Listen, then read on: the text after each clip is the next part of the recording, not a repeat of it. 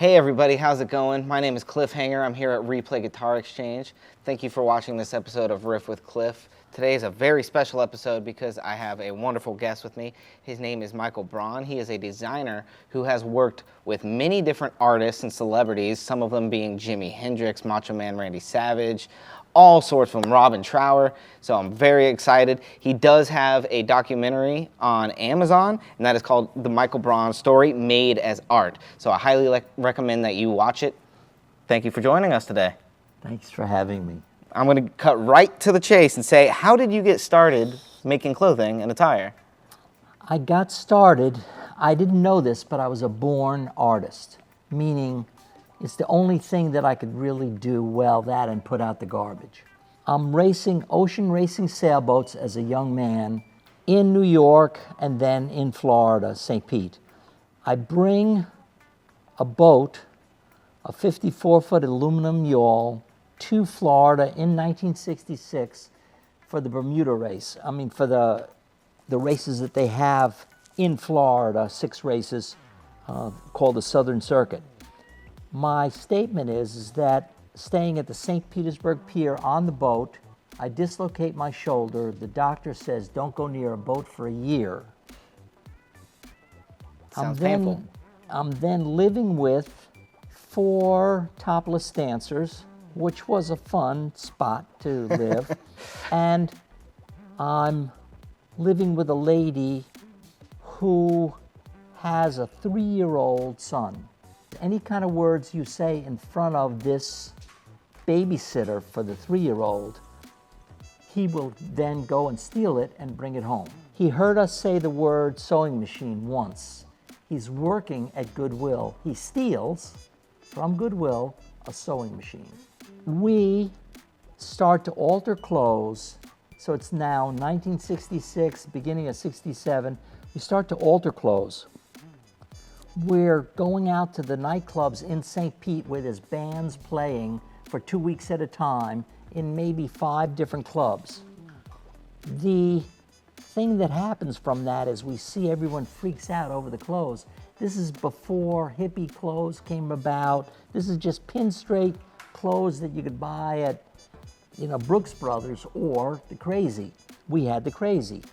I say male ego moron to my business partner, Tony, clean the house, I'm gonna bring back the vanilla fudge. They're playing at the Armory in St. Pete, where we are, let's say a mile from our house in South St. Pete. I follow the drummer, Carmine Appice.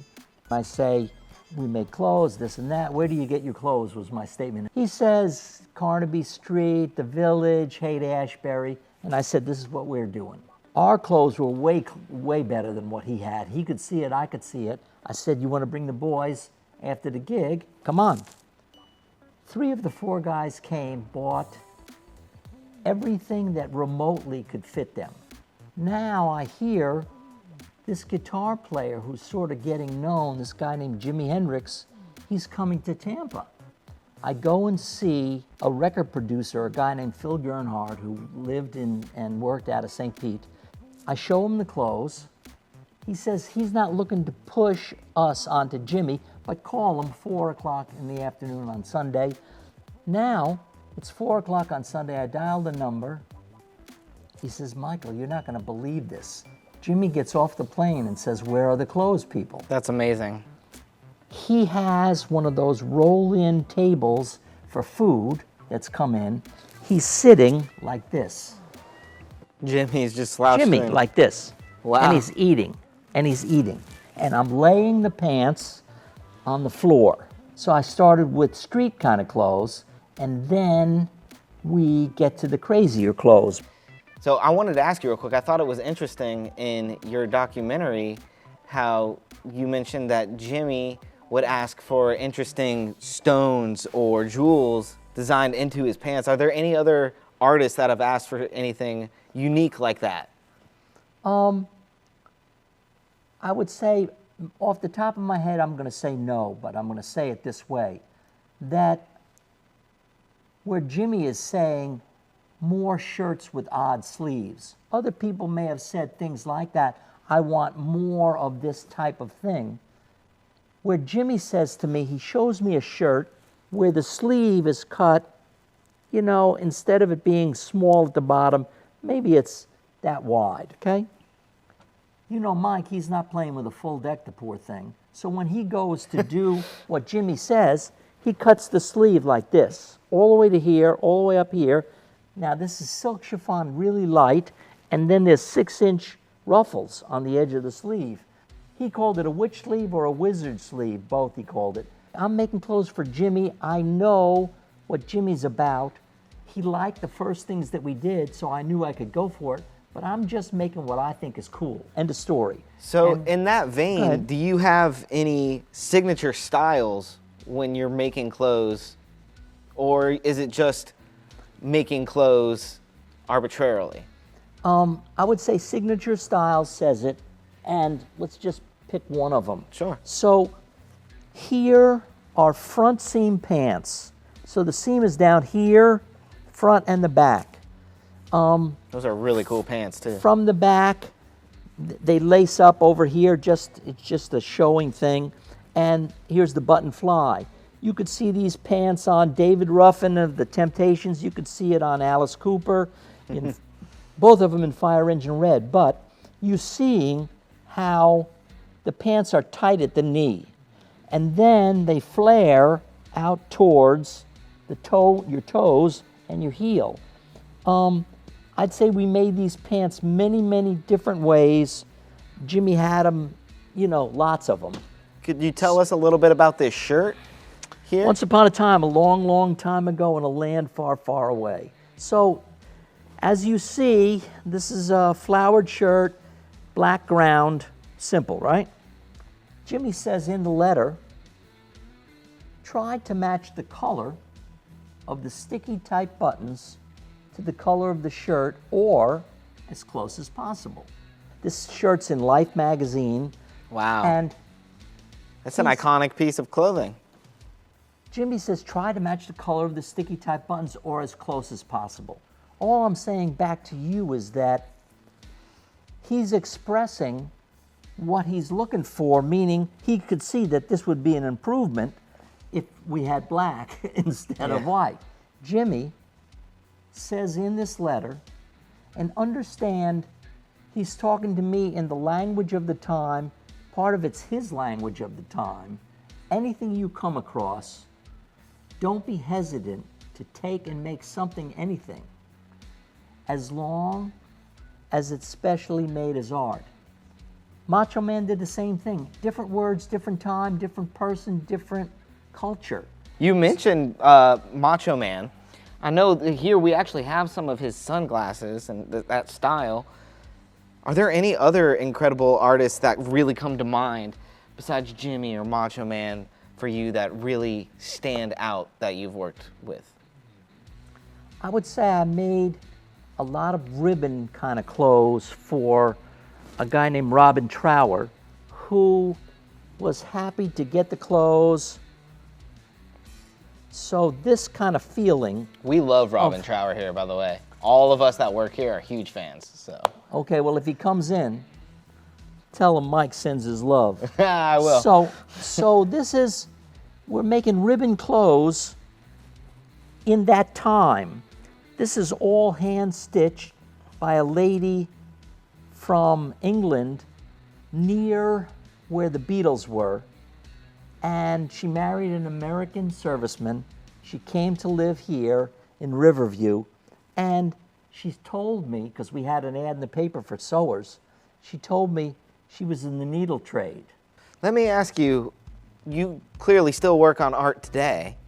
What's it like working in the digital age versus back in the 60s when everything was analog? Okay. So we're making clothes for Macho Man.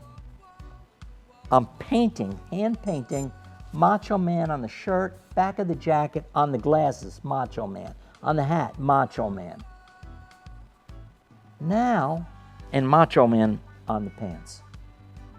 Now, I'm making 40 to 45 outfits a year, year after year, $800 to $2,500 an outfit.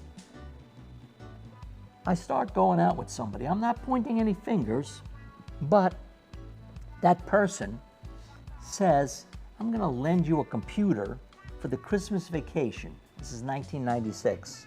So I start playing with the computer and I figure out how to change the fonts, stretch the fonts, so I can be doing more Macho Man, oh yeah, all that stuff, painting and I'm painting and I'm painting it. The hats, painting.